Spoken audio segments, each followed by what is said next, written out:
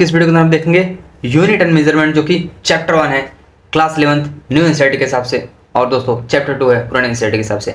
लेकिन इस वीडियो में हम देखेंगे दोस्तों जो कि लेटेस्ट एनएमसी का जो सिलेबस है उसके हिसाब से देखेंगे। सारी चीज़ें दोस्तों कवर होंगी, पैराग्राफ में एक्सप्लेन करूँगा, जहाँ पर जरूरत पड़ेगी लाइन बाय लाइन भी एक्सप्लेन होगा, और लेकिन कुछ भी छूटेगा नहीं, पूरा सिलेबस कवर होगा 100% गारंटी के साथ मैं बोल सकता हूँ। और दोस्तों और अभी यहाँ पर हम देखेंगे सिलेबस क्या है।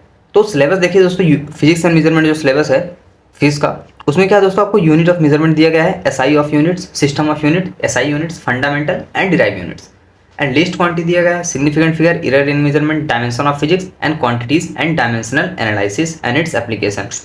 तो ये सारी चीज़ें आपको दी गई हैं। लेकिन मैं पर आपको बताना चाहता हूँ कि जो सिलेबस में चीज़ें हैं, ये सिलेबस है आपका, ठीक है। तो कुछ चीज़ें जो नई एनसीईआरटी में नहीं है मगर सिलेबस में है, तो वो मैं लेकर आया हूँ, यहाँ पर ऐड किया हुआ हूँ। वो सारी चीज़ें भी डिस्कशन होंगी, यानी कि जो सिलेबस यहाँ पर आपको लिखा हुआ दिख रहा है, ये सिलेबस, ये कुछ भी नहीं छूटेगा इस वीडियो के अंदर, पूरा कवर होगा। और आप अगर चैनल पर नए हैं तो दोस्तों वीडियो को लाइक और चैनल को सब्सक्राइब कर दीजिए, ठीक है, और शेयर कर दीजिए अपने दोस्तों के साथ। दोस्तों बिना किसी टाइम वेस्ट के चलिए करते हैं वीडियो को शुरू। तो दोस्तों यहाँ पर हम बात करेंगे तो यूनिट एंड मेजरमेंट की। तो इंटरनेशनल सिस्टम ऑफ यूनिट दोस्तों, एसआई यूनिट, ठीक। अब लेंथ देखो, लेंथ, मास और टाइम के बेसिस पे 3 सिस्टम बनाए हैं। कौन कौन से दोस्तों? आपका सीजीएस, एफपीएस एंड एमकेएस, ठीक। सीजीएस यानी कि दोस्तों यहाँ पर हम क्या करेंगे, लेंथ को सेंटीमीटर में लेंगे, मास को ग्राम में लेंगे, और दोस्तों किसको, लेंथ को किस में हम लेंगे, सेंटीमीटर में, और मास को ग्राम में, टाइम को सेकंड में। एफपीएस में क्या करेंगे, फुट को दोस्तों, लेंथ को फुट में, मास को पाउंड में एंड टाइम को सेकंड में।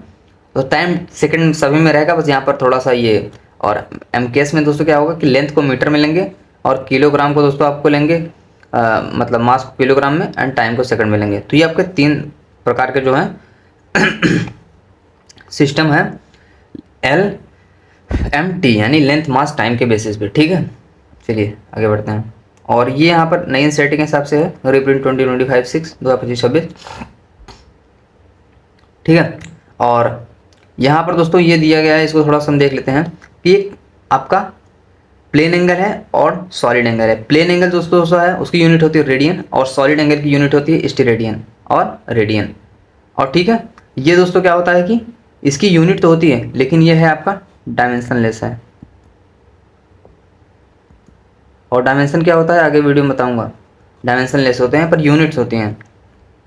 कुछ एसआई बेट्स यूनिट यहाँ पर दी गई हैं, जैसे कि आपकी length, mass, time, electric, thermodynamic temperature, amount of substance, luminous intensity, और जिनका नेम दोस्तों metre, kilogram, second, ampere, kelvin, mole, candela, और ये चीज़ें हैं, ठीक है। तो ये 7 बेस एसआई यूनिट हैं आपकी, और इन्हीं से सारी यूनिट्स दोस्तों निकलती हैं, जैसे कि। और डिराइव यूनिट्स की हम बात करें यहाँ पर, तो आगे मैं आपको बता दूँ कि जो डिराइव यूनिट्स होता है वो क्या होता है दोस्तों। डिराइव यूनिट ना एक्सप्रेस होता है टर्म्स ऑफ फंडामेंटल क्वांटिटीज़ में, जैसे कि आपका देखो स्पीड हो गया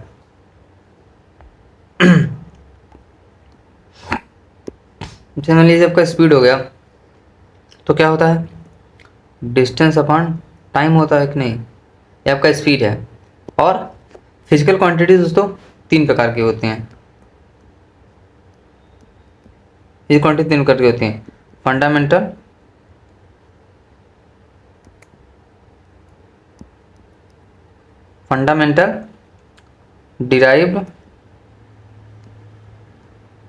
derived and supplementary.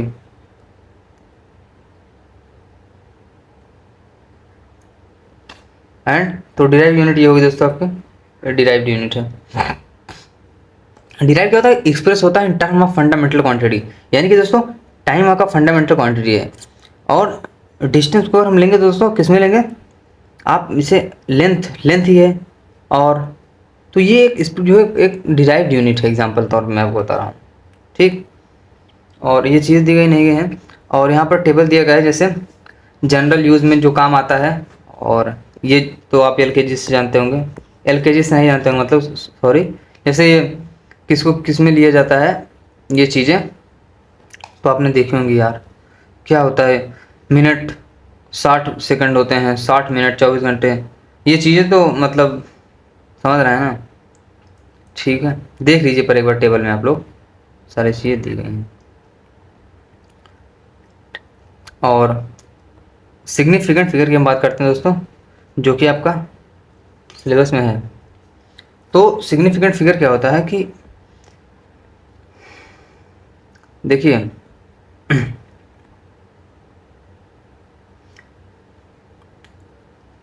The reliable digits plus the first uncertain digit are known as significant digit, और सिग्निफिकेंट फिगर या फिर सिग्निफिकेंट डिजिट उसी को हम बोलते हैं। जैसे यहाँ पर मैं आपको बता दूँ कैसे, देखो अब यहाँ पर 1.62 सेकंड दिया गया है, 1.62 सेकंड दिया गया है। इसमें क्या होगा आपका, सिंपल पेंडुलम है, ठीक। देखो digit 1 and digit 6 are reliable है, 1 एंड 6 क्या है, रिलायबल एंड सर्टेन है। और लेकिन यहाँ पर दोस्तों जो डिजिट 2 है वो क्या है, अनसर्टेन है।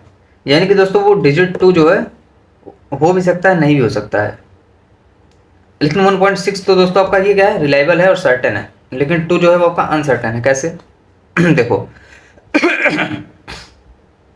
सॉरी, डिजिट 1 एंड 6 देखो, sorry, the length of an object जैसे यहाँ पर दिया गया है, तो यहाँ पर क्या होगा, मेजरमेंट वैल्यू है 3 सिग्निफिकेंट फिगर, यानी कि इसका क्या होगा, सिग्निफिकेंट 3 होगा। इसको कुछ जनरल रूल अभी देखेंगे हम। और यहाँ पर 287.5 सेंटीमीटर दिया गया है, तो 287 दोस्तों आपको क्या है, सर्टेन है, वाइल जो 5 है वो अनसर्टेन है। तो यहाँ पर 4 सिग्निफिकेंट फिगर हो जाएंगे, यहाँ पर आपका 4 SF हो जाएगा सिग्निफिकेंट फिगर। और रूल देखेंगे हम, रूल क्या होते हैं, जैसे किसी को नहीं समझ में आएगा तो कोई बात नहीं, रूल क्या होता है इसका हम देखते हैं। रूल क्या होगा आप दोस्तों कि जैसे एग्जांपल के तौर पर पहले जो हाईलाइटेड पॉइंट है पढ़ लेता हूँ। A choice of change of difference unit does not change the number of significant figure और फिगर इन मेजरमेंट। यानी कि क्या बोला है कि choice of change of different unit does not change the number of significant figure. यानी कि जैसे आप यूनिट चेंज कर रहे हो, जैसे सेंटीमीटर से मीटर में जा रहे हो, मीटर से तो किलोमीटर में जा रहे हो, और मास से मतलब किलोग्राम से ग्राम में जा रहे हो, फिर तो ये चीज़ जब आप यूनिट को चेंज कर रहे हो, उसके मतलब जो सेंटीमीटर एक यूनिट है, तो उस यूनिट को जब आप चेंज कर रहे हो तो यूनिट के चेंज करने से सिग्निफिकेंट फिगर पे कोई इम्पैक्ट नहीं पड़ेगा। कैसे देखिए, दिखाता हूँ एग्जांपल के तौर पर आपको। यहाँ पर पूछा है कि a choice of change of different unit does not change the number of significant figure and does not change the number of significant figure or figure in measurement। ठीक है, कैसे देखो, फॉर एग्जांपल जैसे यहाँ पर दिया है, लेंथ दिया है, कितना दिया है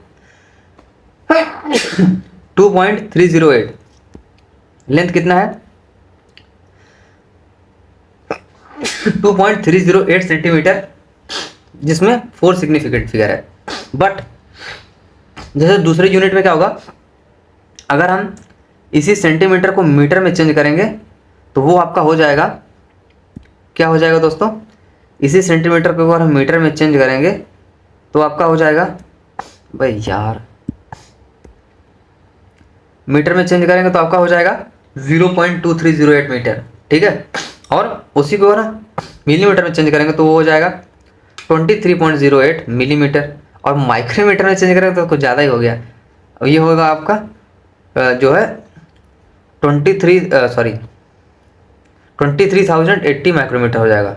तो देखिए क्या हुआ है कि यहाँ पर यूनिट चेंज हुई है, यानी कि सेंटीमीटर से मीटर में गया है और मिलीमीटर में फिर माइक्रोमीटर में गया है, लेकिन यहाँ पर सिग्निफिकेंट फिगर पे कोई इंपैक्ट पड़ा नहीं है। जैसे कि पहले भी 4 सिग्निफिकेंट फिगर थे, अभी भी 4 सिग्निफिकेंट फिगर होंगे। तो यहाँ पर जो है दोस्तों ये 4 सिग्निफिकेंट फिगर ये होगा, और ये तो 4 है ही, खैर ये भी 4 ही होगा।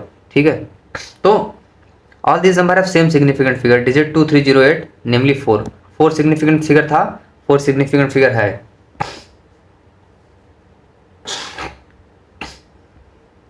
ठीक है, अब कुछ रूल हैं, जैसे यहाँ पर पहला मैं देख लेता हूँ, all the non zero digit are significant, यानी कि कोई भी नॉन जीरो डिजिट आपका सिग्निफिकेंट फिगर होता है। जैसे 6 6 6, जैसे एग्जाम्पल के तौर पर मैं ले लेता हूँ 6969, तो क्या होगा 69 जो है एक क्या है आपकी डिजिट है, नॉन जीरो डिजिट है, तो यहाँ पर ये हो जाएगा आपका, ये 4 सिग्निफिकेंट फिगर है, ठीक है। और दूसरा पॉइंट क्या है आपका, वो all the zero between two non zero digit are significant no matter where the decimal point is if at all. तो यहाँ पर जैसे नॉन जीरो डिजिट के बीच में अगर जीरो आ जाता है तो सिग्निफिकेंट फिगर होगा। कोई मतलब नहीं पड़ता कि डेसिमल कहाँ है, आगे है कि पीछे है, आगे पीछे से कोई मतलब नहीं, बीच में आना चाहिए बस। समझ रहे हो ना? जैसे कि ये हो गया आपका 6906, तो यहाँ पर क्या हुआ है कि ये 4 सिग्निफिकेंट फिगर है, यानी कि बीच में जीरो आ गया, तो यहाँ पर ये भी 4 सिग्निफिकेंट फिगर है। तीसरा की बात करते हैं। So if the number is less than 1, अगर नंबर 1 से कम है, the zero on the right of decimal point but to left of the first non zero digit are non significant figure. देखो कि if the number is less than 1, अगर number जो है वो 1 से कम है और zero on the right of the decimal point but to the left of the first non zero digit are not significant. जैसे कि यहाँ पर क्या दिया 0.000238, तो यहाँ पर ये 4 ही सिग्निफिकेंट फिगर होगा। यहाँ पर जो ये जीरोज हैं वो सिग्निफिकेंट फिगर में काउंट नहीं होगा, क्योंकि दोस्तों डेसिमल के पहले भी जीरो है, डेसिमल के बाद में भी जीरो है, और डेसिमल के बाद में भी जीरो है, जीरो के बाद भी जीरो है, तो ये सिग्निफिकेंट फिगर में काउंट नहीं होगा, तो इसलिए यहाँ पर भी 4 सिग्निफिकेंट फिगर होगा, ठीक है। और एग्जांपल के लिए मैं अपना एग्जांपल बोल दूँ, जैसे क्या हो जाएगा इसका, तो यहाँ पर मैंने बोले 0.006969, तो यहाँ पर 4 ही सिग्निफिकेंट फिगर होगा, तो जीरो डेसिमल लगा कोई मतलब नहीं है। लेकिन अभी डेसिमल का भी मतलब होगा, आगे चल के देखते हैं कब होगा। तो ये था आपका दोस्तों तीसरा। चौथा देखते हैं, द टर्मिनल और trailing zero in the number without a decimal point are not significant figure. यानी कि टर्मिनल पे, यानी कि जो लास्ट में रहेंगे या फिर एकदम पहले रहेंगे बिना डेसिमल के। देखो या तो एकदम लास्ट में हो, जैसे यहाँ पर दिया है दोस्तों, देखिए 12,300 दिया है, तो ये 3 ही सिग्निफिकेंट फिगर, ये जो जीरो तीनों दो दिया है वो नहीं हो, क्योंकि लास्ट में है। और ट्रेलिंग में भी, यानी कि आगे भी हो सकते हैं,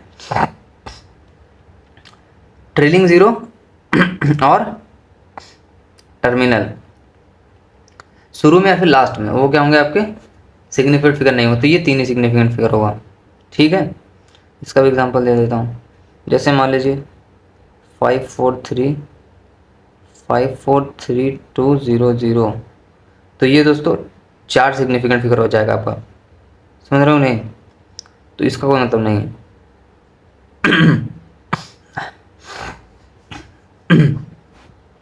और 5वां देखते हैं, trailing zero in a number with a decimal point are significant figure.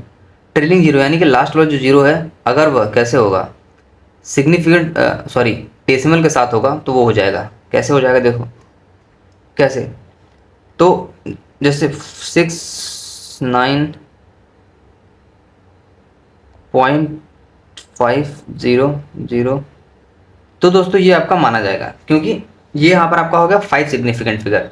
वहीं अगर यहाँ पर मैं डेसिमल नहीं लगाता, डेसिमल अगर मैं यहाँ पर नहीं लगाता बीच में, तो ये दोस्तों आपका हो जाता 3 सिग्निफिकेंट फिगर। लेकिन डेसिमल लगाने की वजह से जो यहाँ पर इसका ट्रेलिंग जीरो है, सॉरी टर्मिनल जीरो है, वो हो जाएगा आपका सिग्निफिकेंट नंबर में काउंट, तो 5 सिग्निफिकेंट फिगर हो गए। एग्जाम्पल के तौर पर जैसे कि यहाँ पर ये हो जाएंगे दोस्तों आपके 4 सिग्निफिकेंट फिगर, ठीक है। और ये भी आपका दोस्तों 4 सिग्निफिकेंट फिगर। और बट यहाँ पर कुछ केसेस हैं, जैसे मैं आपको बता दूं कि there can be some confusion regarding to trailing zero, suppose the length is reported इतना 4.700 मीटर। सो क्या होगा, तो कन्वे द प्रेसिजन, प्रेसिजन को यहाँ पर हम लेंगे। प्रेसिजन क्या होता है दोस्तों, प्रेसिजन एक टर्म होता है प्रिसाइज वैल्यू, मतलब एक्यूरेट। तो 4.7 मीटर इसको हम ले लिए। नाउ सपोज अगर चेंज हम करते हैं यूनिट, यानी कि 4.7 मीटर को हम अगर सेंटीमीटर में करेंगे तो 470 सेंटीमीटर हो जाएगा, फिर मिलीमीटर में 4,700 मीटर, फिर किलोमीटर में 0.000 मतलब 4,700 किलोमीटर हो जाएगा, ठीक। तो लास्ट नंबर यहाँ पर क्या है दोस्तों, ट्रेलिंग जीरो है। So since the last number has trailing zero, last number के पास दोस्तों क्या है, इसके पास ट्रेलिंग जीरो है, ठीक। ट्रेलिंग जीरो मतलब कि जीरो पहले लगा हुआ है, हाँ भाई लगा हुआ है ना यहाँ पर, ये जीरो है ना, ट्रेलिंग जीरो है ये, जो गोला मारा मैंने वो ट्रेलिंग जीरो है, गोला वाला पार्ट।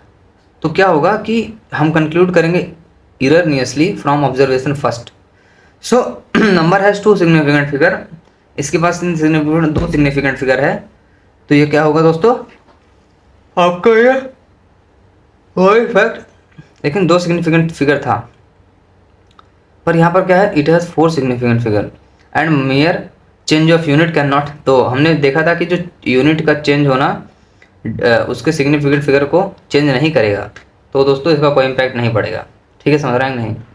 तो ये दो ही सिग्निफिकेंट था, दो ही है। और तीसरा जैसे क्या है आपका कि to remove such ambiguities in determining the number of significant figure the best way to report every measurement scientific notation. Scientific notation में दोस्तों अगर आप कर देते हैं किसी भी चीज़ को, तो क्या होगा कि कोई मतलब किसी भी डेसिमल पॉइंट, जैसे एग्जांपल के तौर पे यहाँ पर एग्जांपल दिया गया है 4.700 मीटर, तो इसको हमने दोस्तों सिग्निफिकेंट सॉरी क्या बोलते हैं उसको, साइंटिफिक नोटेशन में कर दिया, तो इसका हो जाएगा 4.700 इंटू 10⁻² सेंटीमीटर। तो क्या होगा, और मिलीमीटर में करेंगे तो यहाँ पर सेंटीमीटर 10⁻³ हो जाएगा, और फिर यही किलोमीटर में कर देंगे तो -10.3 हो जाएगा। So the power of 10 is irrelevant. तो इस पावर का कोई मतलब नहीं, इसका कोई इम्पैक्ट नहीं पड़ेगा सिग्निफिकेंट फिगर पे।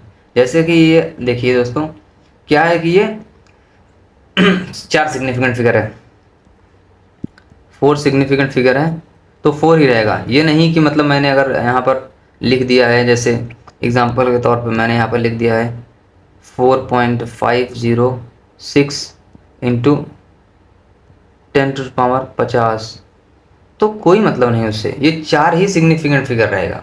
50 वो उससे कोई मतलब नहीं, जो उसका इरिलीवेंट है वो पावर ऑफ 10। ठीक है, उससे कोई मतलब नहीं है, उसको हम नहीं देखेंगे। और ये देखते हैं चौथा, वही था, बाकी वही सारी चीज़ें मैं पढ़ चुका हूँ।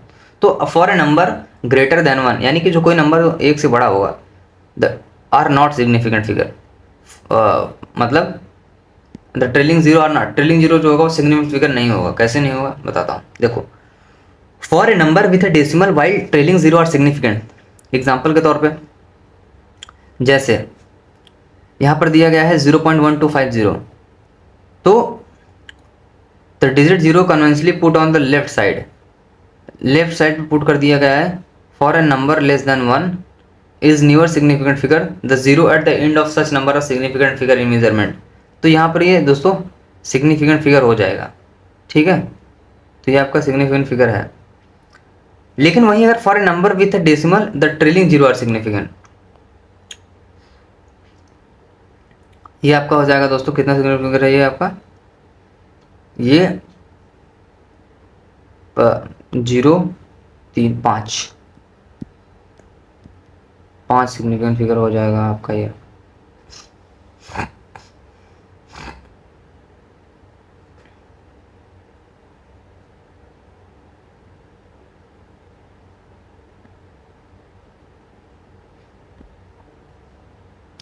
छठा क्या है, radius equal to d by 2, diameter by 2 plus 2 pi r, the factor is 2, आगे देखो। So 2.000 is required. Similarly t is equal to t by n is 0। अब arithmetic operation with significant figure देख लेते हैं क्या होता है। तो पहला यहाँ पर मैं देखूंगा दोस्तों, मल्टीप्लिकेशन और division the final result should be certain as many significant figure are there in the object original number with the least significant figure. यानी कि देखो दोस्तों, डेंसिटी दिया गया है, क्या है, मास अपान वॉल्यूम होता है डेंसिटी, आपको पता होगा। Density is equal to mass upon volume होता है। ठीक, तो यहाँ पर दिया गया है, मतलब इतना मास दिया गया है और ये वॉल्यूम है तो उसको डिवाइड करने पे आपका आता है 1.69 ग्राम। तो 1.69 ग्राम और भी वैल्यू आगे आई होगी, मतलब 1.695525 ऐसे भी आ सकती है ना, मतलब आप करते जाएंगे वैल्यू आती जाएगी। लेकिन यहाँ पर 1.692 ही डेसिमल प्लेस तक इसलिए लिया गया है क्योंकि दोस्तों यहाँ पर जो इसमें लिस्ट में दोस्तों डेसिमल पॉइंट के बाद 2 ही डिजिट लिखा गया है, जैसे 2.51 लिखा गया है ना, तो 2 ही डेसिमल पार्ट लेंगे, तो यहाँ पर 1.69, यानी कि डेसिमल के बाद दो ही डिजिट, 2 ही नंबर को लेना है, तो इसलिए यहाँ पर 1.69 दोस्तों इसको एक्यूरेट मान लेंगे। ठीक है, और वही नीचे भी दिया गया है, यही सारी चीज़ें हैं। और इन एडिशन और सब्सट्रैक्शन में देखो, पहले डिवाइडेशन में देखा हमने, मल्टीप्लिकेशन में देखा, लेकिन अब सब्सट्रैक्शन और डिवीजन में देखेंगे कि इन एडिशन टू एडिशन और सब्सट्रैक्शन में क्या होगा, final result should be certain as many decimal places are there in the number with the least decimal places. For example the sum of the number 436.32 and 227.2 and 0.301 gram by mere arithmetic addition is 663.821 but the least precise measurement is 227.2 is correct. To only one correct होगा सिर्फ एक point के लिए, only one. ठीक है, and decimal place the final result should be therefore be rounded by 6.663.8 हो जाएगा। मतलब सिर्फ एक ही डेसिमल पॉइंट तक वैल्यू लेनी है, टू राउंडेड वन, तो यहाँ पर हम 663.8 समथिंग लिख सकते हैं, लेकिन हम नहीं इतना ही लेंगे। सिमिलरली यहाँ पर एग्जांपल एक और दिया गया है, तो वैसे ही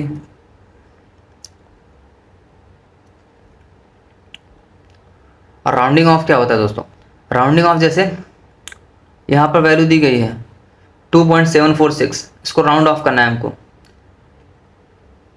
टू 3 सिग्निफिकेंट फिगर, तो 2.75 हो जाएगा। ये कैसे, 6 दिया गया है ना, देखो कुछ रूल है यहाँ पर। रूल ये कहता है कि अगर preceding digit is raised bye 1 if, यानी कि डेसिमल के बाद वाली डिजिट है उसको हम क्या करेंगे, 1 से इंक्रीज कर देंगे। अगर देखो preceding inside digit to be dropped कर देंगे underline digit in this case, यानी कि जो लास्ट वाली जैसे 2.746 है ना, तो क्या करेंगे, इज मोर देन 5 अगर 5 से ज़्यादा हुई तो, एंड इट लेफ्ट अनचेंज, कुछ नहीं होगा उसमें अगर वो 5 से छोटी वैल्यू होगी, या फिर 5 होगी तो 5 होगी तो उसमें ऑड और इवन भी देखते हैं, वो अभी देखूंगा उसको। लेकिन यहाँ पर तो क्या हो जाएगा, 2.746 है, यानी कि 5 से ज़्यादा है, तो इसको हम लिख सकते हैं 2.75, ये हो जाएगा। और अगर वही 2.745 होता तो क्या होगा, इसके लिए भी ट्रिक है। मतलब if the preceding digit is even है, यानी कि दोस्तों मतलब 2 से डिविजिबल है, तो the insignificant digit is simply dropped, तो ड्रॉप हो जाएगी। And if it is odd, अगर ऑड है जैसे कि 3 हो गया, 5 हो गया, तो वो 1 से बढ़ा दिया जाएगा। तो ये क्या है दोस्तों, ये आपका ऑड है, सॉरी इवन है, तो यहाँ पर इसको कुछ नहीं किया जाएगा। तो क्या होगा, ये 2.745 is rounded off 3 significant figure become 1.74 हैं।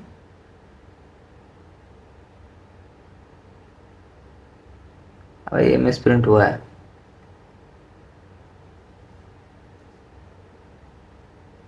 ये नहीं होगा यार, 2 ही होगा यहाँ पर, इतना नहीं गिराना था, वैल्यू में कोई चेंज नहीं करना था, 3 सिग्निफिकेंट तक लेना था हमको, एक ही डायरेक्ट पूरा गिरा दिए। और वहीं अगर यहाँ पर दोस्तों अगर ये होगा, हैं यार ये कैसे कर रहे हैं लोग, पूरी पूरी एक वैल्यू कम कर दी। खैर कोई नहीं, सिग्निफिकेंट फिगर समझो, यहाँ पर 2.735 है, 3 यानी कि दोस्तों आपका एक ऑड नंबर है, तो ये क्या होगा 1.75, दोनों 1.745,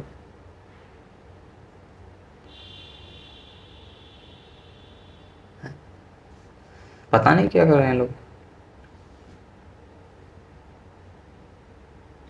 ये time period of simple pendulum t pi 2 pi equal to l/g दिया गया है वैल्यू। वही दोस्तों अगर ऑड रहेगा तो कोई मतलब क्या रहेगा कि if the preceding digit even, अगर इवन है तो सिंपली वैल्यू ड्रॉप हो जाएगी।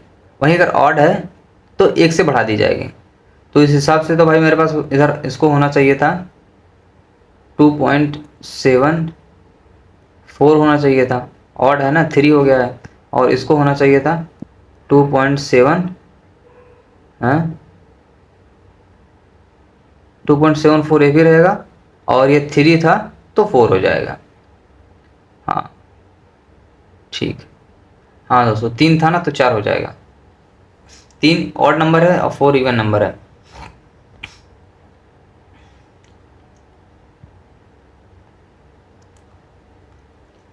पाई की वैल्यू इतनी होती है 3.141592634552355, तो इतना बहुत लंबी वैल्यू होती है, वो अलग बात है। तो ये सारी चीज़ें हैं, और रूल देखते हैं दोस्तों क्या, determine the uncertainty in the result of arithmetic calculation. Length दिया है आपका 16.2 प्लस माइनस 0.1 सेंटीमीटर। तो इसके कुछ रूल होते हैं क्या?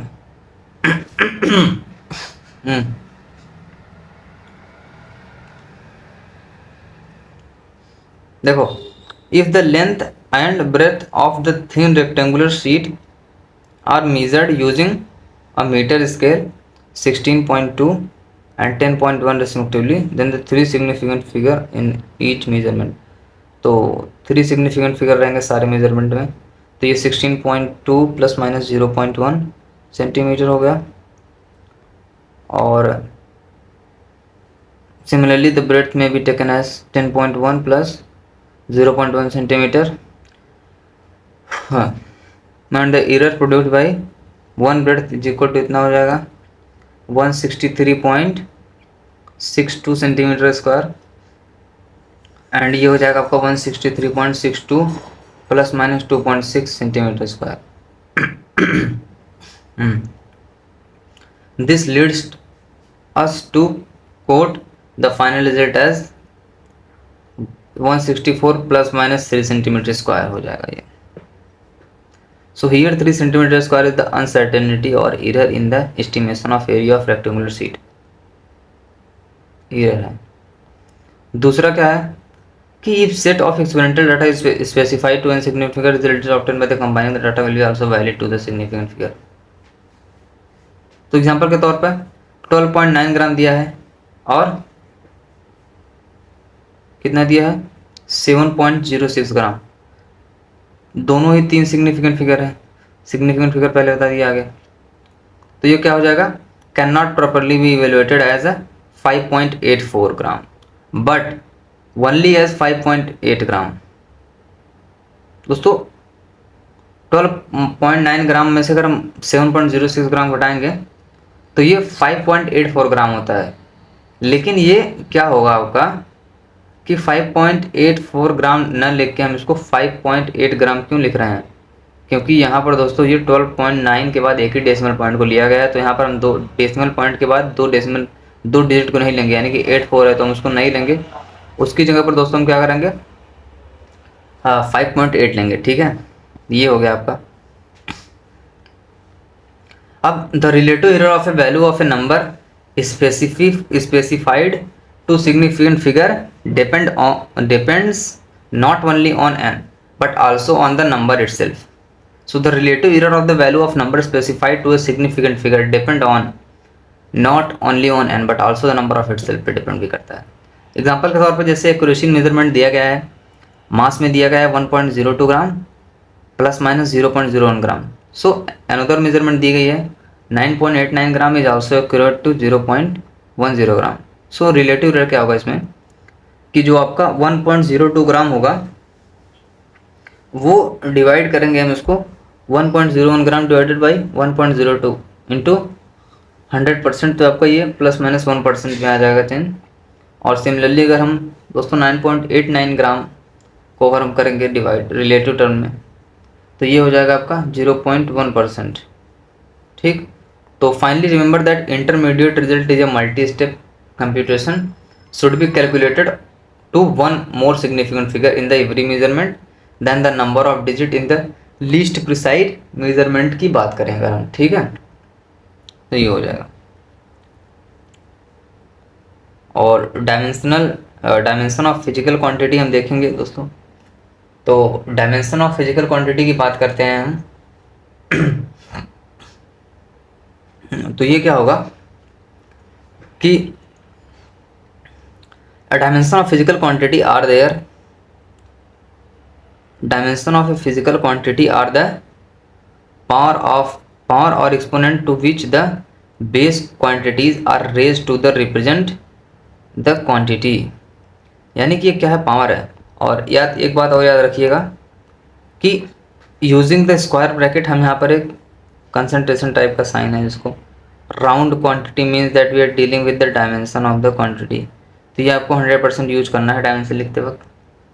जैसे कि, और डायमेंशन को हम किस में लेते हैं दोस्तों, लेंथ, मास और टाइम में। फॉर एग्जांपल जैसे दोस्तों वॉल्यूम होता है आपका length, sorry, so the volume occupied the object express the product of length, breadth and height, so the और 3 लेंथ। यानी कि हेंस डायमेंशन ऑफ वॉल्यूम हो जाएगा आपका एल क्यूब।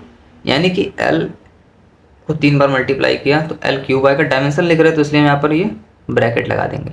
ये 100% जरूरी है, कंपलसरी है, ये समझ लीजिए। और तो सिमिलरली दोस्तों अगर हम फोर्स की देखते हैं तो फोर्स क्या होता है आपका, मास इंटू एक्सेलरेशन होता है, F is equal to ma। तो मास को आपका मास है, एक्सेलरेशन होता है आपका लेंथ अपॉन टाइम का स्क्वायर। तो हम मास को लिखेंगे और मास इंटू हो जाएगा आपका L/t का स्क्वायर। तो फोर्स की आपकी वैल्यू हो जाएगी,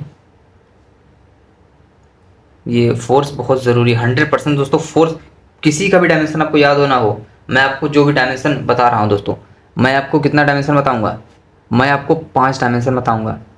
100% आपको वो डायमेंशन अगर याद है तो आप उसकी वजह मदद से आप पूरी फिजिक्स के डायमेंशन को निकाल सकते हो।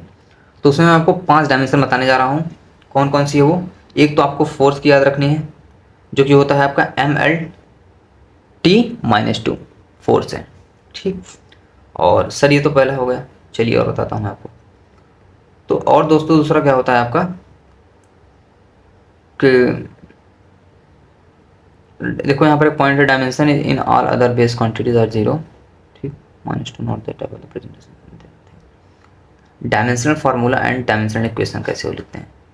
सो equation obtain by equating physical quantity. दोस्तों फिजिकल क्वांटिटी दोस्तों आपकी कितने प्रकार की होती हैं, 3 प्रकार की होती है, मैंने बताया था, फंडामेंटल, डिराइव और सप्लीमेंट्री। और तो यहाँ पर बोला गया है कि जो इक्वेशन मिलती है हमको किसको इक्वेट करने पर, मतलब उसको कैलकुलेट करें आप, मतलब जो सॉल्व करने पर हमको मिलती है quantities with its dimensional formula, उसको हम कहते हैं डायमेंशनल इक्वेशन। तो ऐसे वॉल्यूम में क्या होता है दोस्तों, देखो यहाँ पे डायमेंशनल फार्मूला बहुत इजी है। इसमें हम दोस्तों देखो MLT के टर्म में, सारी चीज को हम MLT के टर्म में देखेंगे। मतलब और भी जैसे ESI बेस यूनिट्स है तो और भी चीज जैसे कैंडेला वगैरह आ गया, एम्पियर वगैरह आ गया, तो ये भी लिखेंगे वहां पर। लेकिन मेनली यहाँ पर हम MLT, मास, लेंथ और टाइम के बेसिस में अगर कोई यूनिट अगर एग्जिस्ट करती है तो यहाँ पर हम उसको लिखेंगे। तो वॉल्यूम में क्या था दोस्तों कि उसमें मास नहीं था, मतलब क्यूब में दोस्तों मास नहीं था, टाइम नहीं था, उसमें एल क्यूब था। तो m0 L0, sorry not L0 bro, m0 L3 यानी कि एल क्यूब था, तो t0 था। तो यहाँ पर सिर्फ क्या है दोस्तों, एल क्यूब है। तो इसको सिंपली हम दोस्तों एल क्यूब भी लिख सकते हैं डायरेक्ट, मतलब m0 L t0 ना लिख के भी, क्योंकि वो है ही नहीं तो क्या मतलब है उसका, है ही नहीं। And the speed of the velocity दोस्तों। और दूसरी वैल्यू मैं आपको बता दूं कि मैंने बोला आपको एक फोर्स याद रखनी है और दूसरी आपको वेलोसिटी की रखनी है। वेलोसिटी क्या है ये ज़रूरी है, इसको मैं थोड़ा सा जो मैं नीले कलर से हाईलाइट करूँगा उस पॉइंट को, तो समझ लेना वो है दोस्तों आपका ये तो वॉल्यूम का था मैंने का। अब उसको मैं जिसको नीले कलर से उसको भी हाईलाइट किया था, फोर्स को भी। और दूसरा वेलोसिटी की वैल्यू आपको याद रखनी है, LT-1 होती है। वेलोसिटी की वैल्यू क्या होती है दोस्तों आपकी, ये होती है आपकी LT-1। और दोस्तों सिमिलरली एक्सेलरेशन की याद रखनी है आपको, एक्सेलरेशन की आपको याद रखनी है, एक्सेलरेशन की याद रखनी है, LT-2 कितना होता है, LT-2 ओके भाई।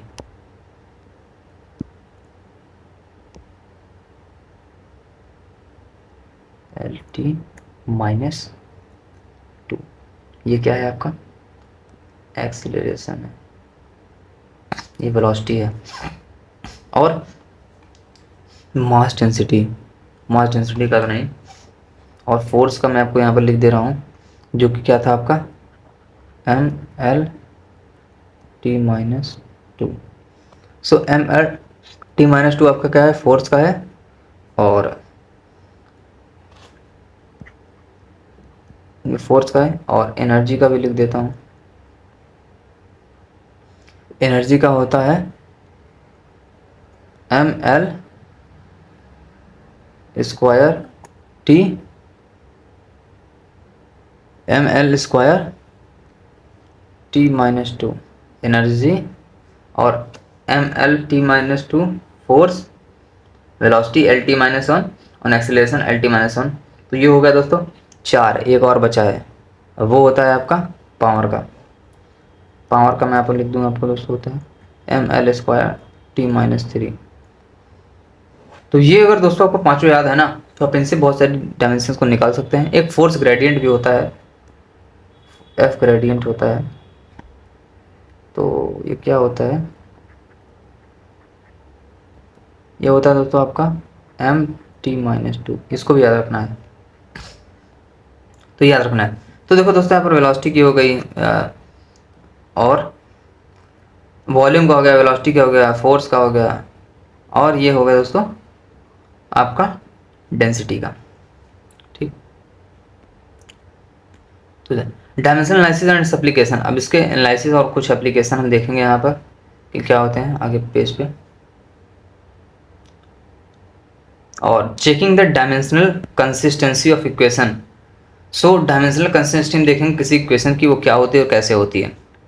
तो उसके लिए हम यहाँ पर एक प्रिंसिपल दिया गया है दोस्तों, उसको हम बोलते हैं principle of homogeneity of dimension. ये क्या होता है कि ये दोस्तों बहुत ही ज़्यादा यूजफुल होता है कि चेक करने में कि इक्वेशन दोस्तों सही है या गलत है। Checking the correctness of an equation, यानी कि L H S is equal to right H S, या फिर ये इधर का दोनों साइड का प्रूफ है कि नहीं, मतलब सही है कि नहीं है, गलत है, उसको प्रूव करने के लिए हम इस चीज़ का इस्तेमाल करते हैं। ठीक है। और तो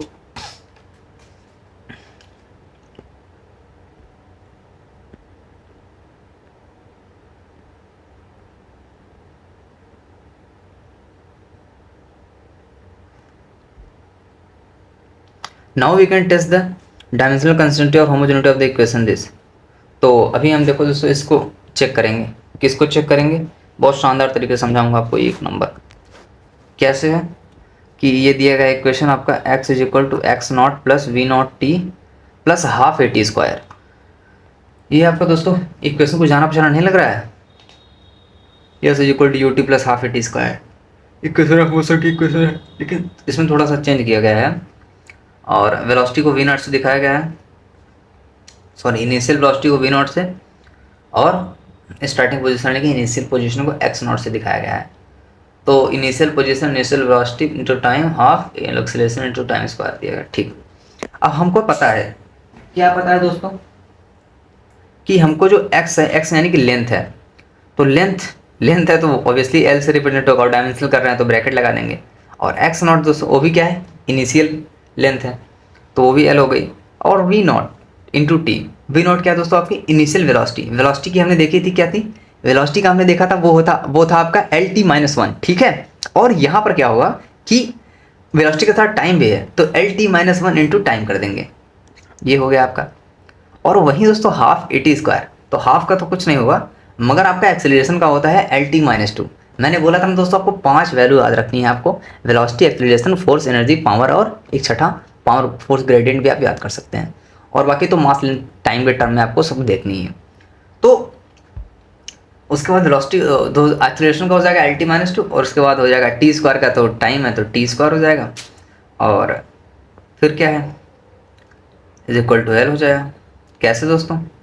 आपका ये क्या होगा कि टी स्क्वायर से टी स्क्वायर गया, टी स्क्वायर इंटू टी से चला गया, तो ये हो जाएगा आपका टी हो जाए, एल बचेगा। तो यहाँ पर क्या होगा कि नोटिस करने वाली बात यह है कि if an equation fail this consistency test, अगर कोई भी इक्वेशन दोस्तों इस यानी टेस्ट को मतलब पास नहीं हो पाता, इसमें कि प्रूव नहीं हो पाता कि सही है इक्वेशन गलत है, तो दोस्तों क्या करेंगे हम उसको, if an equation fails this consistency test it is proved wrong, वो रॉन्ग प्रूव हो जाएगा। बट अगर वो पास कर लेता है सो नॉट प्रूव राइट। गजब भाई, देखो अगर इक्वेशन अगर फेल हो जाती है इस कंसिस्टेंसी टेस्ट में तो इट इज़ प्रूव्ड रॉन्ग, वो तो रॉन्ग प्रूव हो जाएगी। लेकिन अगर पास होती है इट नॉट ट्रू राइट, तो राइट नहीं होगी। लेकिन यार आप बोलोगे यार फेल हो गई तो राइट नहीं है, समझ आता है, लेकिन पास हो गई फिर भी राइट नहीं है, कैसा? इसके पीछे लॉजिक क्या है कि thus a dimensionally correct equation need to be actually an exact correct equation, यानी कि कोई भी जो डायमेंशनली करेक्ट इक्वेशन होती है, डायमेंशनली करेक्ट इक्वेशन यानी कि जिसका डायमेंशनली करेक्ट इक्वेशन हो, needed not to be actually an exact correct equation, यानी कि कोई भी डायमेंशनली करेक्ट इक्वेशन इसको ज़रूरी नहीं है कि वो एग्जैक्टली करेक्ट इक्वेशन हो, क्योंकि डायमेंशनली करेक्ट है तो ये ज़रूरी नहीं है कि वो एग्जैक्टली करेक्ट इक्वेशन हो उसका। But a dimensionally wrong incorrect और inconsistent equation must be wrong, कि जो डायमेंशनली करेक्ट इक्वेशन है वो डायमेंशनली रॉन्ग हो सकती है, मतलब डायमेंशनली रॉन्ग इक्वेशन है वो 100% रॉन्ग होगा उसका इक्वेशन। लेकिन अगर डायमेंशनली करेक्ट इक्वेशन है तो वो क्या होती है, हो भी सकती है नहीं हो सकती है, not to be actually an correct equation. ठीक है, तो इसके लिए एक वो है कि देखो कुछ चीज़ें होती हैं, जैसे मैं आपको बताऊँ क्या,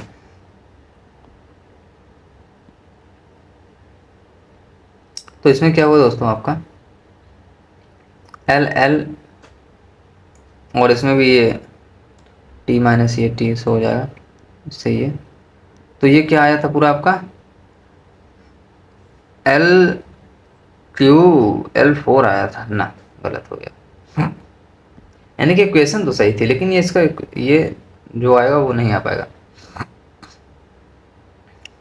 देखो यहाँ पर half m v square equal to m g s दिया गया है, जो कि आपको दोस्तों ये फॉर्मूला है आपका, हाफ एम बी स्क्वायर जो होता है वो मास का तो हो जाएगा m, वेलोसिटी का हो जाएगा L T minus one, velocity का हो जाएगा एल टी माइनस वन, और वहीं फिर मास का हो जाएगा m L square T minus two, M L square T minus two. ये इसका इक्वेशन आ गया, dimension of L H S R, तो ये तो एल एच एस है,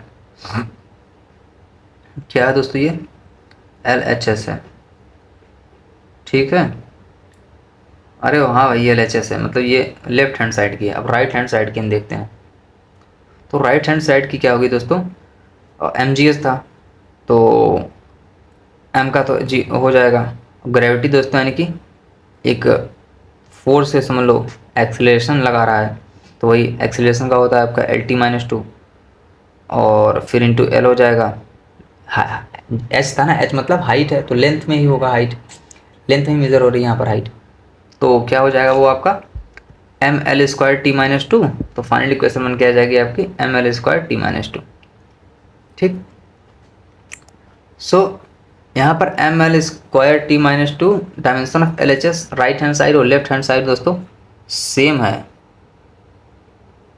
hence the equation is dimensionally correct, तो इक्वेशन जो होगी डायमेंशनली करेक्ट होगी। ठीक है,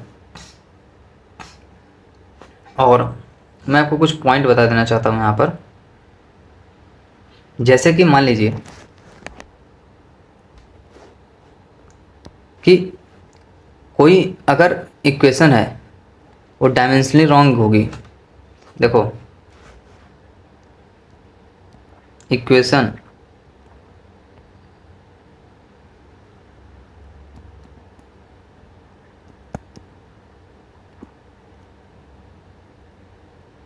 डायमेंशनली रॉन्ग है कोई इक्वेशन, तो वो क्या होगी दोस्तों, must be physically wrong, must physically wrong,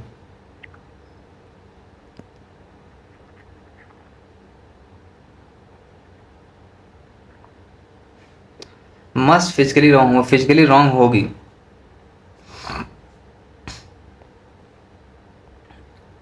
और अगर कोई क्वेश्चन डायमेंशनली करेक्ट है,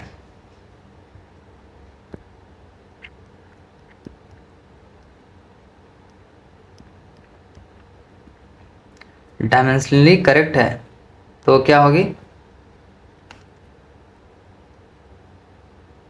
में और में नॉट फिजिकली करेक्ट।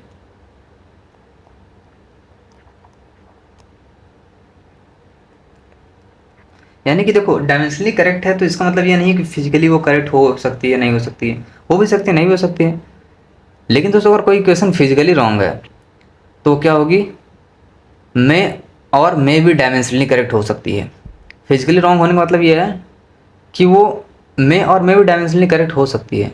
जैसे कि आपने तभी देखा कि क्वेश्चन फिजिकली करेक्ट है तो वो, लेकिन डायमेंशन उसका सही आता है। फिजिकली रॉन्ग है इक्वेशन कोई, उसका डायमेंशन सही आता है, लेकिन इक्वेशन अगर फिजिकली करेक्ट है तो डायमेंशनली मस्ट भी करेक्ट होगा।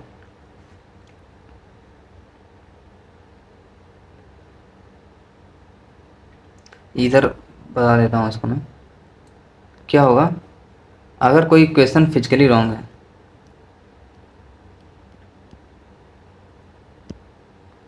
फिजिकली रॉन्ग है तो क्या होगा,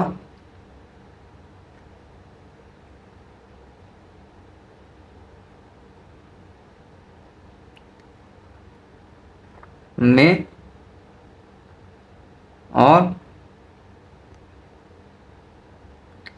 और में भी डायमेंशनली करेक्ट।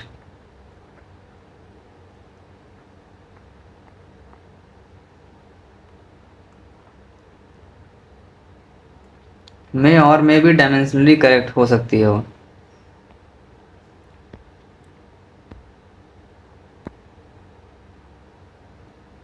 और अगर कोई इक्वेशन फिजिकली करेक्ट है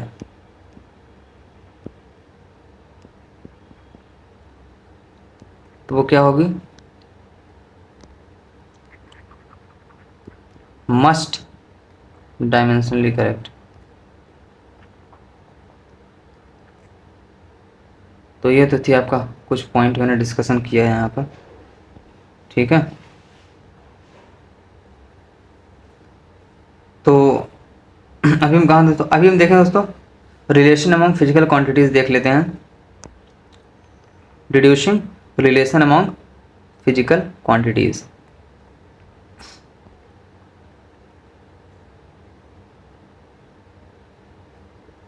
डायरेक्ट एग्जांपल दिया गया है, ये तो एग्जांपल है भाई, सॉल्व कराने बैठूंगा तो 5 घंटे की वीडियो हो जाएगी। चलो ये तो गया काम से। अब क्या बचता है, अब दोस्तों बचता है आपका एरर, जो कि नई एनसीईआरटी में नहीं दिया गया है। देखा है, समरी आ गया, उसके बाद एक्सरसाइज आ गई, लेकिन मैं एरर लाया हूँ। और एरर इसी वीडियो में सॉल्व कराऊँ या फिर दूसरे वीडियो में, नहीं इसी वीडियो में कर लेता हूँ, एक गो में सब, वन गो में चलो ख़त्म करो। दोस्तों फिलहाल ये तो आपकी थी नई एनसीईआरटी, लेकिन यहाँ पर मैं आपको लेकर आया हूँ पुरानी एनसीईआरटी। इसमें दोस्तों आपका एरर है, जो कि accuracy present and instrument and error in measurement यहाँ पर दिया गया है आपको। और ठीक, तो चलिए देख लेते हैं एक बार इसको हम, एरर क्या होता है गाइस। एरर क्या होता है आपका, आपका नहीं मतलब ये एरर यहाँ पर जिसकी बात हो रही है। तो दोस्तों देखो, measurement by any result of every measurement by any measuring instrument, किसी भी मेजरिंग इंस्ट्रूमेंट, दुनिया का कोई भी मेजरिंग इंस्ट्रूमेंट हो, कंटेन सम अनसर्टेनिटी, कुछ अनसर्टेनिटी अनिश्चितता मानी, यानी कि मतलब श्योरिटी नहीं रहती उसमें, अनसर्टेन है। So this is called error. Uncertainty को हम एरर बोलते हैं। अनिश्चितता मतलब हिंदी थोड़ा सा वीक है गाइस, कंप्रोमाइज़ कर लेना। मगर कंटेंट से कोई कंप्रोमाइज़ नहीं होगा। तो यहाँ पर ये है कि क्या है कि, और दूसरा पॉइंट हम देखते हैं दोस्तों, ये तो था आपका एरर। अब दोस्तों एवरी कैलकुलेटेड क्वांटिटी, जो कैलकुलेटेड क्वांटिटी आएगी जो बेस्ड होगी किसी मेजर्ड वैल्यू पे, तो वो क्या होगा, उसमें भी कुछ गलतियाँ होंगी। तो उसको हम दोस्तों बोले क्या है, measured value also has an error, so we shall distinguish between two terms, जिसमें दो टर्म आता है, एक तो आता है एक्यूरेसी, दूसरा आपका precision. So the accuracy of measurement is a measure of how close the measured value is to the true value of the quantity. यानी कि जो मेजर्ड वैल्यू आई है वो ट्रू वैल्यू, यानी कि जो रियल वैल्यू उसका आंसर है उससे कितना क्लोज, मतलब उसके कितना नज़दीक है, कि कितना एक्यूरेट होगा, उसको एक्यूरेटी बोलेंगे। लेकिन प्रिसीजन को मैं दूसरे कलर से डिनोट करता हूँ, ग्रीन कलर से। तो प्रिसीजन दोस्तों बताता है, precision tell us to what resolution और limit the quantity is measured. यानी कि रेजोल्यूशन और लिमिट द क्वांटिटी किस लिमिट में मेजर की जा रही है, क्या मतलब उसकी यूनिट लेके है, क्या उसका रेजोल्यूशन होगा, ये सारी चीज़ें प्रिसीजन में देखेंगे। एक्यूरेसी मतलब कितनी वो मेजर्ड वैल्यू जो है वो एक्यूरेट है ट्रू वैल्यू से, वो उसकी एक्यूरेसी होगी। तो एक्यूरेसी बहुत सारे फैक्टर पर डिपेंड कर सकती है, जैसे आपके कौन कौन से फैक्टर होते हैं, इंक्लूडिंग लिमिट और the resolution of the measuring instrument. इस एग्जांपल पे दोगे दोस्तों, आपकी 3.678 सेंटीमीटर की लेंथ हो गई, एक एक्सपेरिमेंट है। लेकिन वही लेंथ दोस्तों दूसरे एक्सपेरिमेंट में कितना आ गई, जो कि वही लेंथ दूसरे एक्सपेरिमेंट में आ गई 3.5, और वही तीसरे एक्सपेरिमेंट में आ गई 3.38, चौथे एक्सपेरिमेंट में आ गई 3.39। तो क्या हो रहा है कि चेंज हो रही है वैल्यू, ठीक है। और ये लाइफ स्पान दिया गया है स्टेबल पार्टिकल,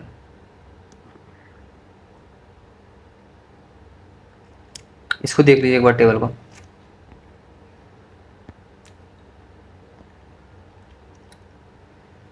तो अब क्या होगा कि क्लोज टू ट्रू वैल्यू 0.1, तो चेंज होती रहती है वैल्यू, और इसीलिए कुछ एरर्स बनाए गए हैं दोस्तों आपके।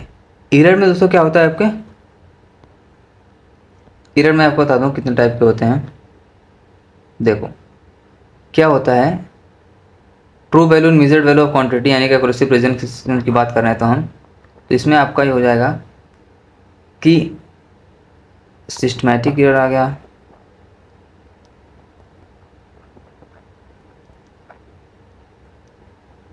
सिस्टमैटिक, और दूसरा रैंडम। सिस्टमैटिक में आपके दोस्तों बहुत सारे आ जाएंगे, जैसे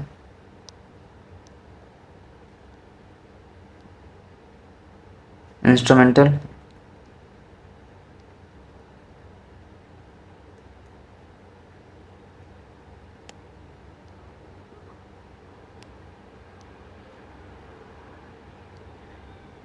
इंस्ट्रूमेंटल आ जाएगा आपका, और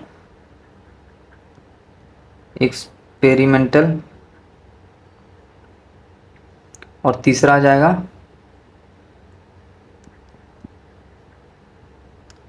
पर्सनल। एरर की बात करें,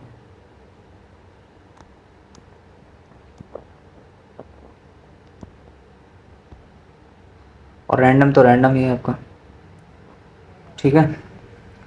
तो सिस्टमैटिक एरर हो गया, सिस्टमैटिक में आपका पहला इंस्ट्रूमेंटल है, ठीक है, और दूसरा उसी की टेक्निक है।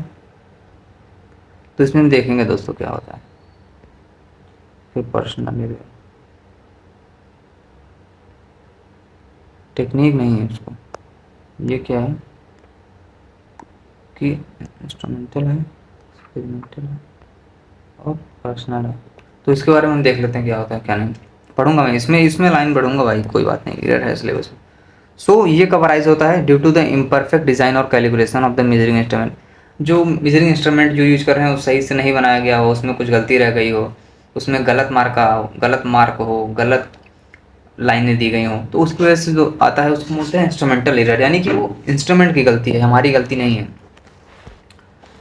तो क्या हुआ कि arises from the error due to imperfect design or calibration of the measuring instrument. Zero error in the instrumental etc. For example, the temperature graduation of a thermometer may be indicatively calibrated. It may spread 140 degrees Celsius at a boiling point of the water. मतलब कि जो thermometer होता है उसका temperature कभी कभी होता है इनएडिक्वेटली कैलिब्रेट, कभी कभी पढ़ा जाता है 140 डिग्री सेल्सियस, जबकि दोस्तों एस टी पी यानी कि स्टैंडर्ड टेम्परेचर प्रेशर पे बॉइलिंग पॉइंट जो वाटर का होता है वो 100 डिग्री सेल्सियस होता है, 100 डिग्री सेल्सियस, लेकिन इसको 104 पढ़ा जाता है। तो ये इंस्ट्रूमेंट की गलती है। और वर्नियर कैलिपर दोस्तों और स्क्रू का दो मेजरिंग इंस्ट्रूमेंट होते हैं, वो प्रैक्टिकल में ऐड किया गया है, एनसीईआरटी में मतलब नहीं दिया है, लेकिन उसके ऊपर वीडियो मैं बनाऊंगा इसके बाद। तो इसके बाद दोस्तों उसके ऊपर वीडियो आएगी आपकी प्रैक्टिकल फिजिक्स के नाम से एक चैप्टर। तो देखो बनाऊंगा तो क्या करूंगा, या तो फिर मैं जितने भी 20 प्रैक्टिकल हैं सारे की एक ही साथ वीडियो बना दूँ फिजिक्स के सारे 20 प्रैक्टिकल के, या फिर अलग अलग के वीडियो बनाऊँ 20-20 30-30 मिनट की, देखेंगे वो कैसा करना रहेगा। मगर यहाँ पर आप देखिए तो वर्नियर कैलिपर दोस्तों डिवाइस है, मेजरिंग इंस्ट्रूमेंट है। तो उसमें क्या होता है कि the zero mark of vernier scale में बी वॉर्न ऑफ एटेंड, तो वो सही से नहीं बैठता है लास्ट में, तो वही उसमें भी डिफरेंस आ जाता है मेजर करते वक्त। तो उसकी भी, तो ये था इंस्ट्रूमेंट की वजह से होता है जो। लेकिन एक्सपेरिमेंटल एरर क्या है दोस्तों, जैसे मान लीजिए अगर हम कोई टेम्परेचर ह्यूमन बॉडी का है, थर्मामीटर को प्लेस करती हैं आर्म पिट में, बाह में, so will always give temperature lower than the actual value of the body. तो वो आपको एक्चुअल वैल्यू जो बॉडी की होती है उस टेम्परेचर से आपको नीचे टेम्परेचर दिखाएगा। और अदर एक्सटर्नल कंडीशन जैसे कि दोस्तों चेंज इन टेम्परेचर, ह्यूमिडिटी है, विंड है, वेलोसिटी, तो ये सब चीज़ें मैटर करती हैं। तो क्या होगा कि ड्यूरिंग द एक्सपेरिमेंट में भी सिस्टमेटिकली अफेक्ट द मेजरमेंट, यानी कि एक्सपेरिमेंट करते हुए जो होता है कि वो मेजरमेंट को अफेक्ट कर जाए, रॉन्ग वैल्यू आ जाए, तो गलत ये हो जाए। तो एक्सपेरिमेंटल वैल्यू थी हमारी, तो हमने मतलब ये उसको हमने मतलब करके देखा, तो उसकी वजह से भी आ सकती है एरर। और पर्सनल एरर क्या है, तो जैसे अराइज करता है ड्यू टू इंडिविजुअल बायस, ये सब के ऊपर अपनी अपनी सबकी इच्छा, पीओवी बोलते हैं ना, point of view, individual bias, lack of proper setting of the parts और इंडिविजुअल केयरलेसनेस। तो ये खुद की गलती से, पर्सनल गलती से, मतलब जो एरर आता है वो पर्सनल एरर होता है। इंडिविजुअल्स केयरलेसनेस मतलब एक जो व्यक्ति होता है अभिव्यक्त, अब इतनी शुद्ध हिंदी में नहीं बोल पाऊंगा, तो लापरवाही की वजह से आप कह सकते हैं। देखिए लापरवाही का नतीजा, देखा आपने लापरवाही का नतीजा, तो ये वही लापरवाही का नतीजा मतलब पर्सनल एरर है। So in taking observation without observing proper precaution, for example if you by habit always hold your head a bit too far to the right while reading position of the needle on the scale, you will introduce error due to parallax। और ये तो आपका systematic error था 3 है। और दोस्तों systematic error can be minimise by improving experimental technique, selecting by better instrument and removing. तो ये चीज़ें ठीक हो सकती हैं। तो इसको क्या करना होगा कि इम्प्रूविंग एक्सपेरिमेंट को इम्प्रूव करें, टेक्निक को इम्प्रूव करें, और सेलेक्ट करें बेस्ट इंस्ट्रूमेंट को, और रिमूव करें पर्सनल बायस को, तो ये सारी चीज़ें ख़त्म हो जाएंगी। ठीक है, मतलब ठीक की जा सकती हैं। और रैंडम एरर की बात करते हैं दोस्तों। रैंडम एरर क्या होता है अपना कि ये है error are those error which occur irregularly and hence are random, मतलब इरेगुलरली होता रहता है, कोई रेगुलर इंटरवल पे नहीं है, मतलब कभी गलत कभी, मतलब इधर कभी ये गलत हो कभी वो गलत हो, रैंडमली होता रहता है, मतलब आप बोल सकते हैं आर्बिट्री, मनमानी तरीके से। तो रैंडम और those error which are occur irregularly and hence are random with respect to sign and size के रेस्पेक्ट पे ये होता है। And these can arise due to random condition, जैसे कि unpredictable function in temperature, voltage supply, mechanical vibration of experimental setups. तो ये दोस्तों मतलब इन सब वजह से भी गलती जो रैंडमली होती रहती है, कभी इसकी वजह से कभी उसकी वजह से, तो ये कोई एक अनसर्टेन नहीं है। रैंडम एरर में दोस्तों आपको कोई भी एरर आ सकता है। ठीक है, तो मैकेनिकल आ गया एरर, आ गया टेम्परेचर में, आ गया वोल्टेज में, आ गया, यानी कि सब मिला जुला के जो एरर है, जैसे हमने देखा पहले उसमें पर सिस्टमेटिक में, इंस्ट्रूमेंटल, एक्सपेरिमेंटल, पर्सनल देखा, तो तीनों का मिक्सचर अगर बोलेंगे तो रैंडम बोल सकते हैं आप उसको। तो ये था पर्सनल दोस्तों, unbiased error by the observer taking reading, for example when the same persons repeat the same observation it is very likely may be get differential rating every time. तो अलग अलग लोगों के लिए अलग अलग वैल्यू आएगी। और लीस्ट काउंट एरर क्या होता है, देखो लीस्ट काउंट एरर जो है ना, वो आपका है smallest value that can be measured by measuring instrument का लीस्ट काउंट, यानी कि सबसे छोटी वैल्यू वो किसी भी मेजरिंग इंस्ट्रूमेंट के द्वारा जो मतलब नापी जाती है वही आपका है लीस्ट काउंट। लीस्ट मतलब नाम से पता चल रहा है लीस्ट होगा, least but not last. So all the reading of measured value are good only up to this value. Least count error में दोस्तों आपका एरर आ गया जैसे शेयर करता है रेजोल्यूशन ऑफ एरर में vernier calliper has the least count, और vernier calliper आपका दोस्तों जो मेजरिंग इंस्ट्रूमेंट है उसका लीस्ट काउंट होता है 0.01 सेंटीमीटर, यानी कि इससे ज़्यादा अब नहीं। और स्फेरोमीटर दोस्तों एक वो भी मेजरिंग इंस्ट्रूमेंट है, उस पेयर के साइप का होता है, उसमें स्क्रू वगैरह लगा होता है, घुमाते हैं उसको। तो स्फेरोमीटर भाई बहुत ज़्यादा यार, 0.001 सेंटीमीटर, क्या बात है। और least count error belong to the category of random error. हाँ, रैंडम एरर की कैटेगरी है ये। हाँ, रैंडम एरर की कैटेगरी में ही आता है।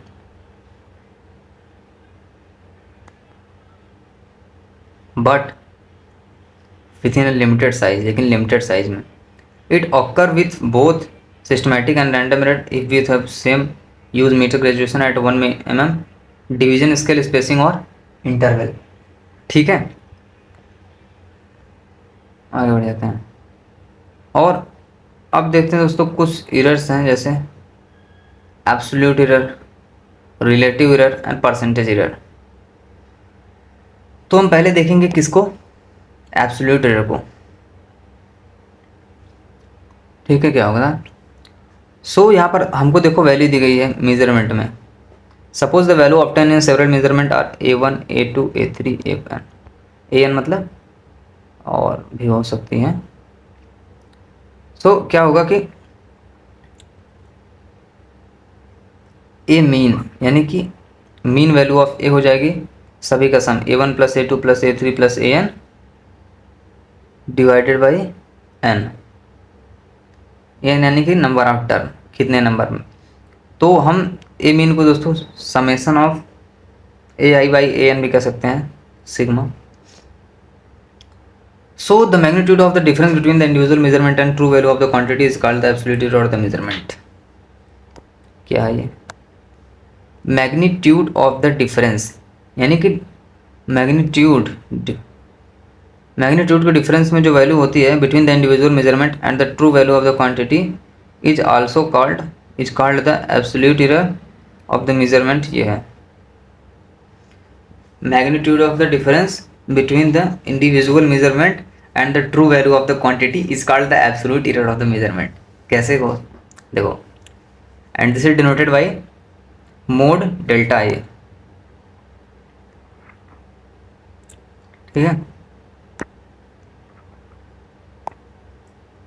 तो देखो चेंज इन A1 तो क्या होगा A1 माइनस ए मीन, फिर A2 में A2 माइनस ए मीन, मतलब वैल्यू रखते जाएंगे, फिर A3, फिर ये आपका हो जाएगा नेक्स्ट A3,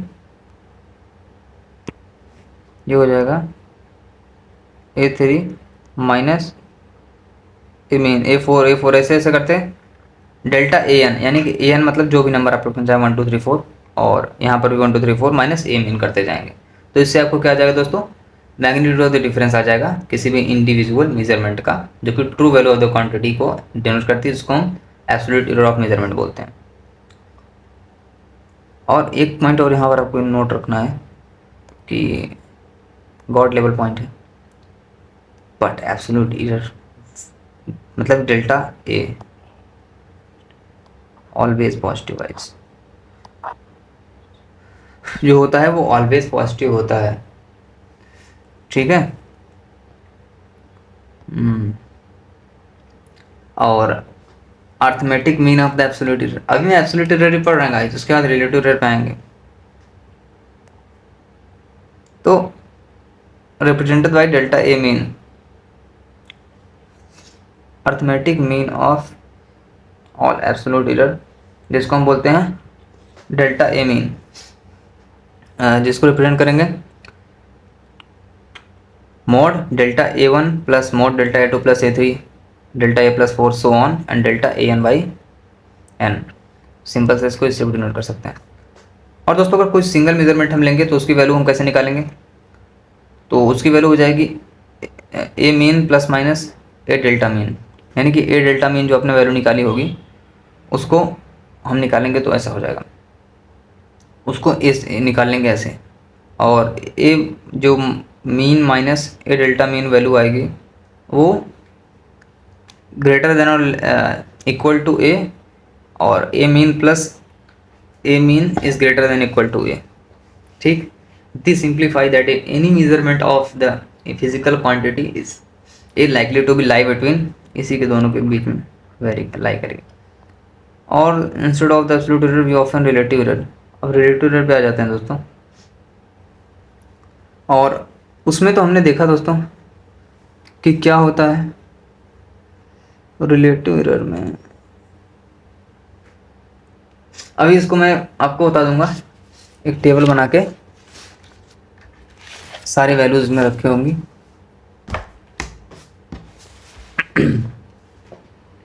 ठीक है, और रिलेटिव एरर पे आ गए हम। रिलेटिव एरर होता है दोस्तों आपका नहीं, मतलब यहाँ पर जो दिया गया है delta A mean by A mean. Delta A mean क्या है दोस्तों, वही चेंज होगा, डेल्टा ए मीन बताया था मैंने यहाँ पर। Arithmetic mean of absolute error को डेल्टा ए मीन बोलते हैं, और उसको डिवाइड कर देंगे ए मीन से।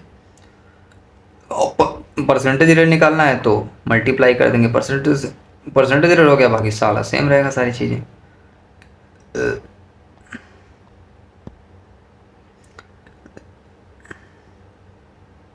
ठीक है, एग्जाम्पल है ये,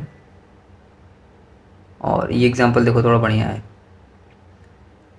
देख लेना इसको एक बार, वैल्यू रखना, फार्मूला बेस है सब चीज़ें। एग्जाम्पल कराने बैठूंगा तो वीडियो भाई 3-4 घंटे तो हो जाएगी, पूरा एग्जाम्पल कराने बैठूंगा तो।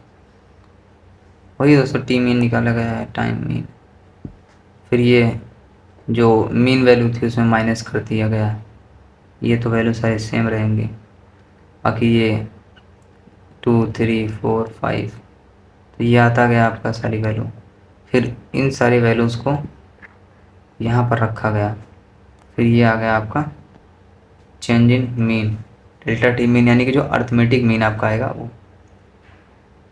बाकी ये ऑक्सीलेशन दिया गया था, यही है।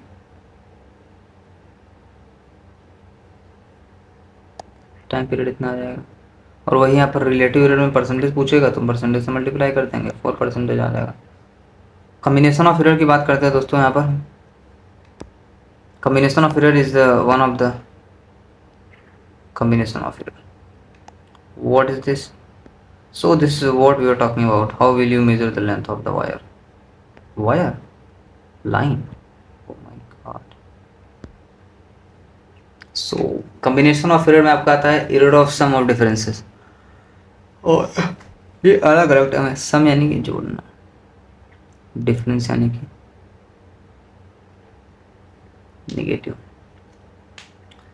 तो ये होगा आपका, सपोज करो दो फिजिकल क्वांटिटी दी गई हैं ए और बी, ठीक है।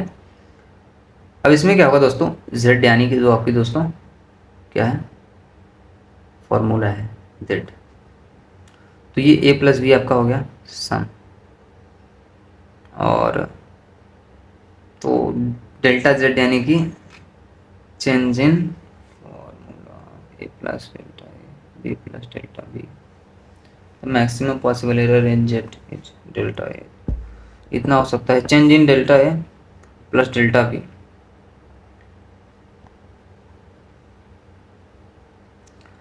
उसको फार्मूला में भी क्या होता है लिखता हूँ, देखो एब्सोल्यूट एरर में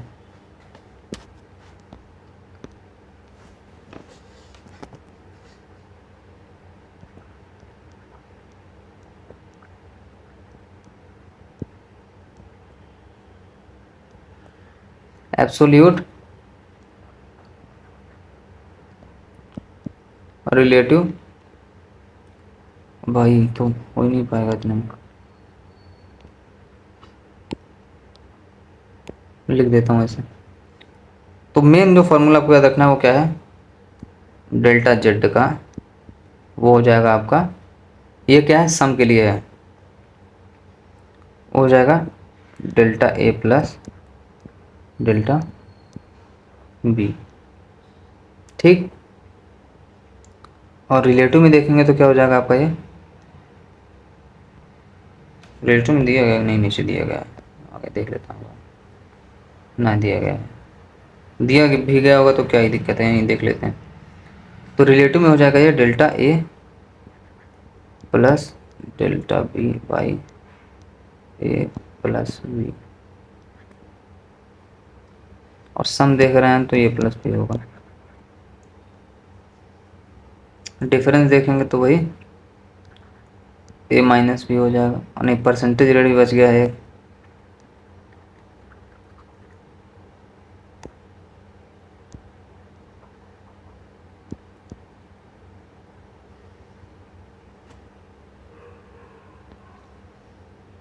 ये क्या था, absolute error a e, relative error,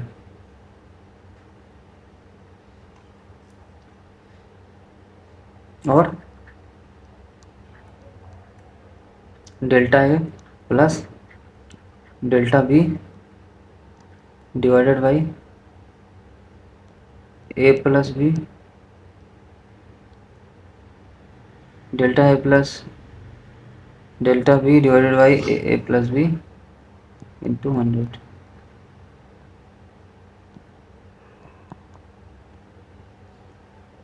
percentage error,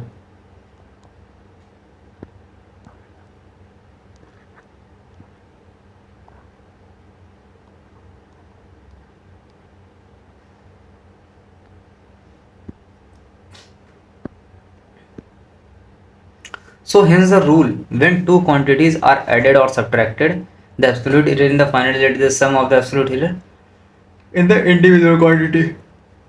ये होता है,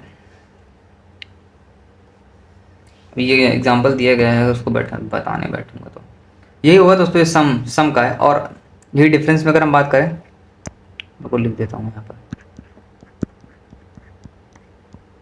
डिफरेंस का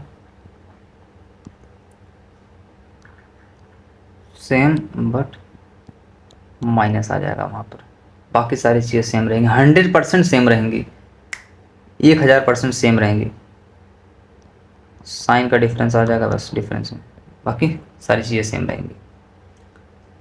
और error of A product of A quantity देख लेते हैं। प्रोडक्ट यानी कि मल्टीप्लाई, कोसेंट यानी कि डिवाइड।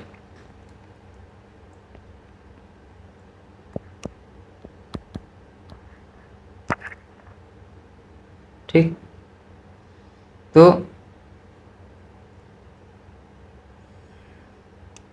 तो मल्टीप्लाई में आपका ये हो जाएगा ए इंटू बी, वही ए और बी से ही लेके सारी चीज़ों को समझाया जा रहा है जो वहाँ पर दी गई थी एग्जाम्पल में सपोज करते थे। तो सपोज ए और बी की जगह कोई वैल्यू भी हो सकती है, 5 × 4 भी हो सकता है, तो ये हो गया। और A delta B plus B delta A, ये आपका हो गया ए एब्सोल्यूट एरर। और delta A plus delta B divided by A plus B,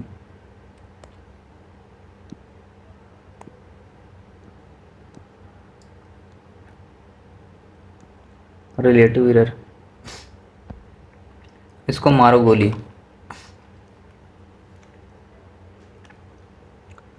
फिर क्या होगा दोस्तों, फिर परसेंटेज रेट की बात करते हैं तो उसमें आ जाएगा आपका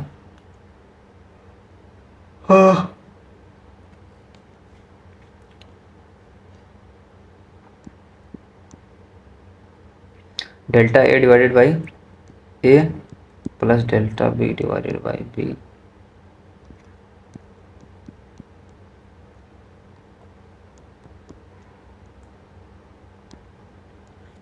absolute relative error, percentage error, और ये मल्टीप्लिकेशन हो गया। अब डिवाइड का देखें, हो जाएगा कि नहीं हो जाएगा, हो तो जाना चाहिए। और डिवाइड का यहाँ पर, यानी कि डिवीज़न का हो जाएगा आपका दोस्तों ए बाई बी हो गया, और रिलेटिव में हो जाएगा B delta A, B delta A divided by A delta B divided by B square.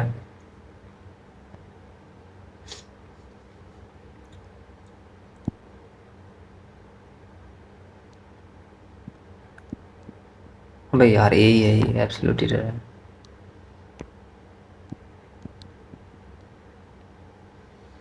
और delta A plus delta B divided by B और ए,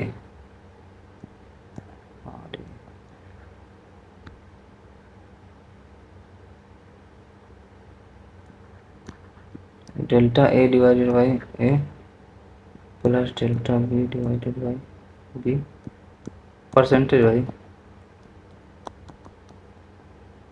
परसेंटेज, बस यही थोड़ा सा चेंज आया है।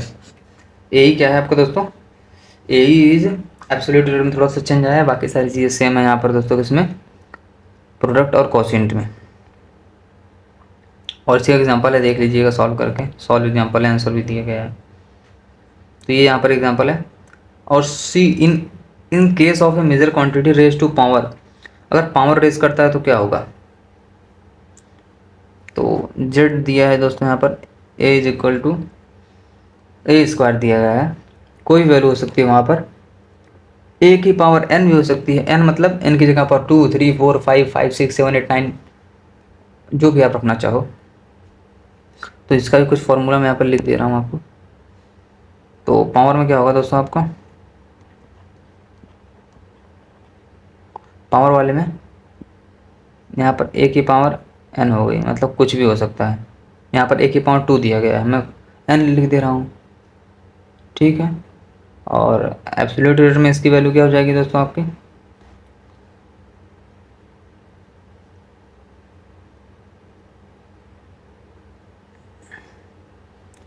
एब्सोल्यूट रेट की बात करें तो ये हो जाएगी आपकी एन ए और बी के टर्म में लिख रहे हैं, एन मतलब कोई वैल्यू हो सकती है वहाँ पर, N minus one and delta ए,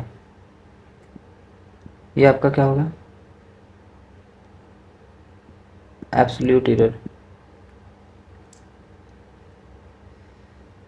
और रिलेटिव एरर की बात करें तो N delta A divided by ए,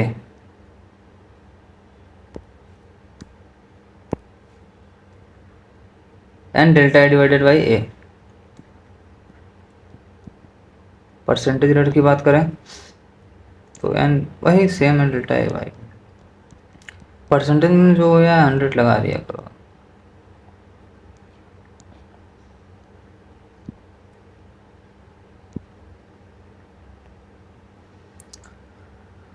ठीक है, तो ये हो गया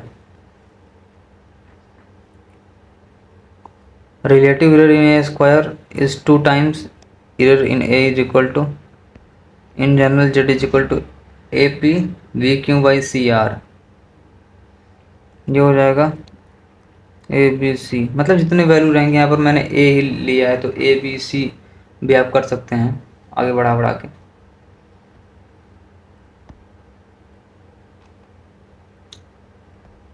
लास्ट है, और रूट का भी एक होता है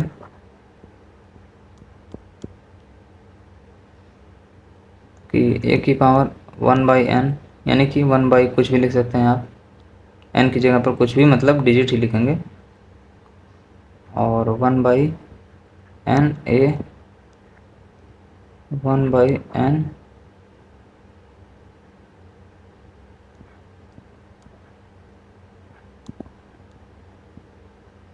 डेल्टा ए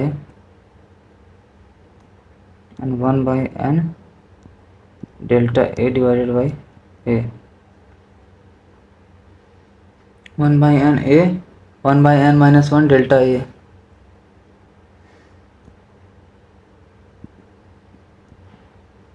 परसेंटेज रेट में बस वही मल्टीप्लाई करते हैं सीधा सा, डेल्टा ए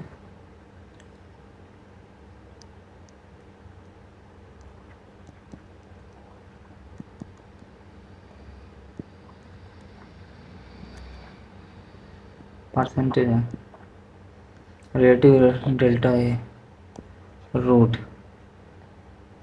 तो ये था आपका एरर। और एग्जांपल के तौर पर आप देख सकते हैं, कोई वीडियो क्या देखूंगा। और जो इंस्ट्रूमेंटल एरर है यानी कि वर्नियर कैलिपर और स्क्रू गॉज, वो नेक्स्ट वीडियो में आएगी, क्योंकि यहाँ पर सिलेबस में यही चाहिए दे दी, क्योंकि वो सिलेबस में वो एक्सपेरिमेंटल पार्ट का पहले इसी का पार्ट हुआ करता था। हालांकि मैं पहले इसी का पता नहीं थी, ये लोग इसको पढ़ाते थे, लेकिन ये सारी चीज़ें जो हैं वो अब नहीं है। तो है मतलब वो अलग दिया गया, तो उसके लिए अलग वीडियो आ जाएगी। सो यही था आपका आज कंप्लीट वीडियो। ठीक है, thank you for watching this video, thank you so much.